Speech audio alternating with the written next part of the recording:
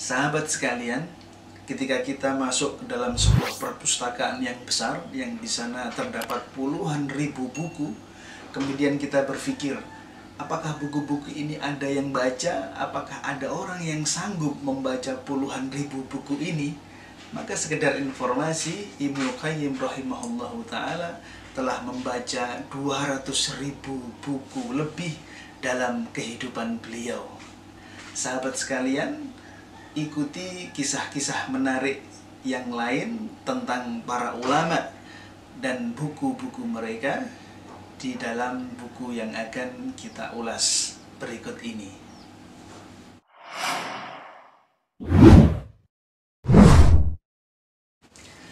Buku yang akan kita ulas berjudul Gila Baca ala Ulama, Potret Keteladanan Ulama dalam Menuntut Ilmu. Buku ini besarnya sedang saja, tidak terlalu lebar dan tidak terlalu sempit, dan berisi 178 halaman, ditulis oleh Ali Muhammad Al-Imran, dan beliau menulisnya menjadi beberapa bab.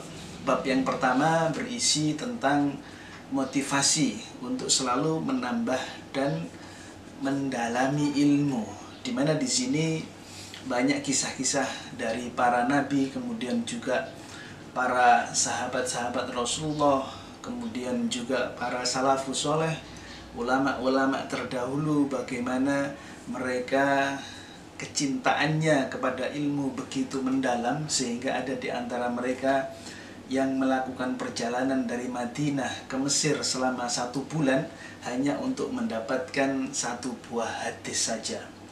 Kemudian bab yang kedua yaitu berisi tentang kisah-kisah kecintaan para ulama terhadap buku.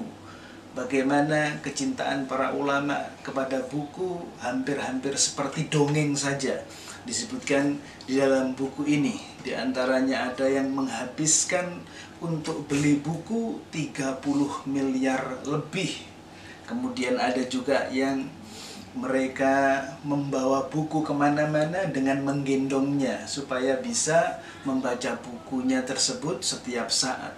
Lalu ada juga yang pergi ke kuburan. Ngapain? Untuk baca buku. Kenapa kok di kuburan? Karena di kuburan sepi sehingga bisa tenang dalam membaca buku.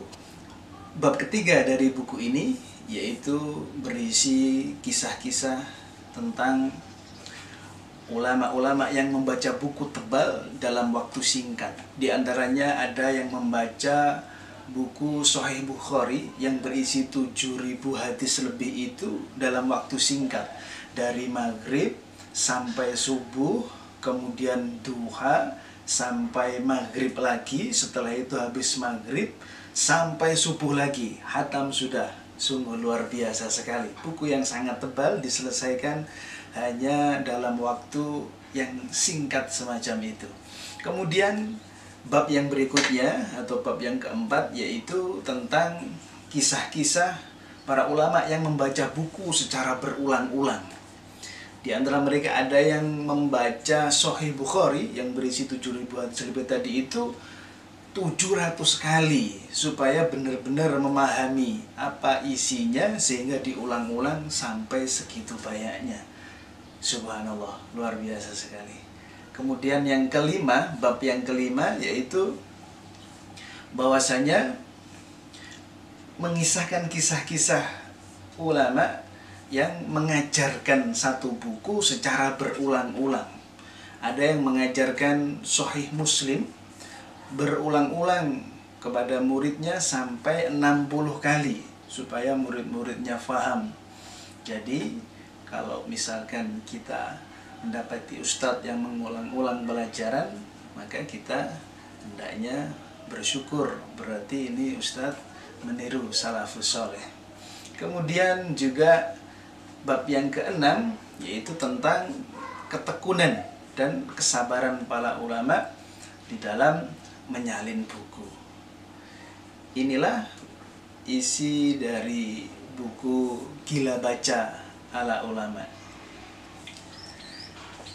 Setelah kita membaca buku ini, apa manfaat yang bisa kita ambil?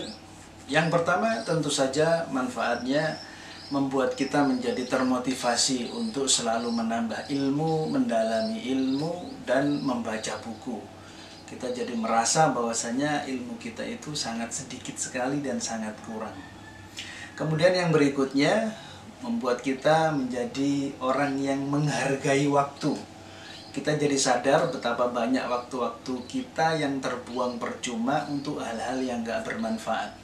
Setelah baca buku ini, insya Allah kita menjadi orang yang berusaha mengisi waktu-waktu kita dengan hal-hal yang bermanfaat. Kemudian yang berikutnya, kita jadi semangat untuk beli buku.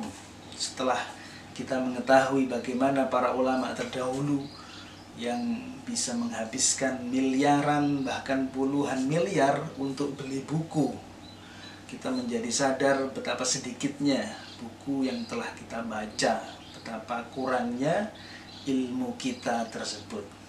Oh iya, satu lagi, harga buku ini adalah 24.000, saya beli di toko online, jadi tidak terlalu mahal. Sahabat-sahabat sekalian bisa membelinya dan membacanya. Demikian, semoga bermanfaat. Sampai jumpa lagi di review-review buku yang lain. Dan wassalamualaikum warahmatullahi wabarakatuh.